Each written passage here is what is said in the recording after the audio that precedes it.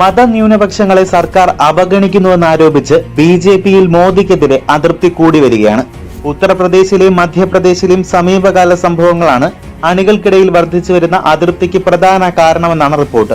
ഭക്ഷണശാലകളുടെ മുന്നിൽ ഉടമസ്ഥരുടെ പേരും ഫോൺ നമ്പറും പ്രദർശിപ്പിക്കാനുള്ള സർക്കാർ ഉത്തരവ് മുസ്ലിം കച്ചവടക്കാരെ തിരിച്ചറിയുന്നതിന് വേണ്ടിയാണെന്ന ആക്ഷേപം ശക്തമാണ്.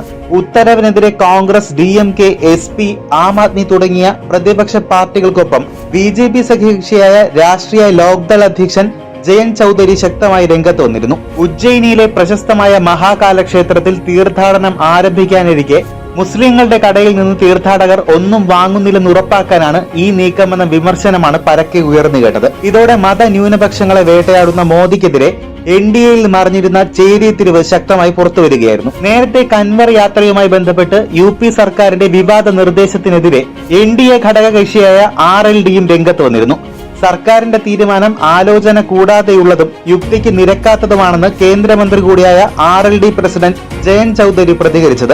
NDA ഘടകകക്ഷികളായ JDUവും LJPയും നേരത്തെ തന്നെ തീരുമാനത്തെ അപലപിച്ചിരുന്നു. മുൻ പ്രധാനമന്ത്രി നരേന്ദ്രമോദിയുടെ വിവാദ പ്രസംഗത്തിൽ അതൃപ്തി പ്രകടിപ്പിച്ച ബി.ജെ.പിയുടെ ന്യൂനപക്ഷ മോർച്ച ജില്ലാ പ്രസിഡന്റ് ഉസ്മാൻ ഗനിയെ പുറത്താക്കിയ പാർട്ടി നേതൃത്വ നടപടിയിൽ ഘടകകക്ഷികൾക്ക് ആശങ്ക പ്രകടിപ്പിച്ചിരുന്നു. കോൺഗ്രസ് അധികാരത്തിലെത്തിയാൽ രാജ്യത്തിന്റെ സ്വത്ത് മുസ്ലിങ്ങൾക്ക് വീതിച്ചു നൽകുമെന്ന പ്രധാനമന്ത്രിയുടെ പരാമർശത്തിലാണ് ബി.ജെ.പി. നേതാവ് അതൃപ്തി അറിയിച്ചത്. രാജ്യത്തിന്റെ സമ്പത്തിന്റെ ഏറ്റവും പ്രധാനപ്പെട്ട അവകാശികൾ ന്യൂനപക്ഷങ്ങളാണെന്ന് 10 വർഷം മുമ്പ് മൻമോഹൻ സിംഗ് നടത്തിയ ഒരു പ്രസംഗത്തെ തെറ്റിദ്ധരിപ്പിക്കും വിധത്തിൽ അവതരിപ്പിച്ചുകൊണ്ടാണ് മോദി ഈ പ്രസംഗം നടത്തിയത്.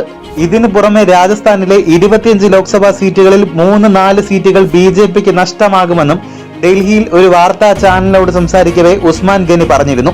ഇതോടെ ഉസ്മാൻ മോദിയുടെ കണ്ണിലെ കരടാവുകയായിരുന്നു. 2024 കേന്ദ്ര ബജറ്റുമായി ബന്ധപ്പെട്ട ചർച്ചയിലും NDAയിൽ പ്രധാനമന്ത്രി നരേന്ദ്രമോദിക്കെതിരെ രൂക്ഷ വിമർശനം ഉയർന്നിരുന്നു. പ്രതിപക്ഷ നേതാവ് രാഹുൽ ഗാന്ധിയുടെ കടുത്ത ആരോപണങ്ങളിൽ ഘടകകക്ഷികൾ തുടരുന്ന മൗനം മോദിയോടുള്ള അതൃപ്തി വ്യക്തമാക്കുന്നതാണെന്നാണ് ആക്ഷേപം. ഇന്ത്യയിൽ നിലനിൽക്കുന്നത് ഭയത്തിന്റെ അന്തരീക്ഷമാണെന്നും കർഷകരും തൊഴിലാളികളും മന്ത്രിമാരും ഭയത്തോടെയാണ് ജീവിക്കുന്നതെന്നുമായിരുന്നു രാഹുലിന്റെ പരാമർശം. ബാബറി മസ്ജിദിന്റെ പതനത്തെ തുടർന്നുള്ള പ്രശ്നങ്ങളും ലോക്സഭാ തെരഞ്ഞെടുപ്പിൽ ഗുജറാത്തിലുണ്ടായ സീറ്റ് നഷ്ടവും പാർട്ടിക്കുള്ളിൽ വലിയ പിളർപ്പുണ്ടാക്കിയതായാണ് വിവരം. ബംഗ്ലാദേശിൽ മുസ്ലിങ്ങൾ ഷെയ്ഖ് ഹസീനയെ പുറത്താക്കിയപ്പോൾ മോദി വിറച്ചുവെന്ന ആക്ഷേപം മുതിർന്ന ബി.ജെ.പി. നേതാവ് സുബ്രഹ്മണ്യ സ്വാമി ഉയർത്തിയത് കഴിഞ്ഞ ദിവസമാണ്.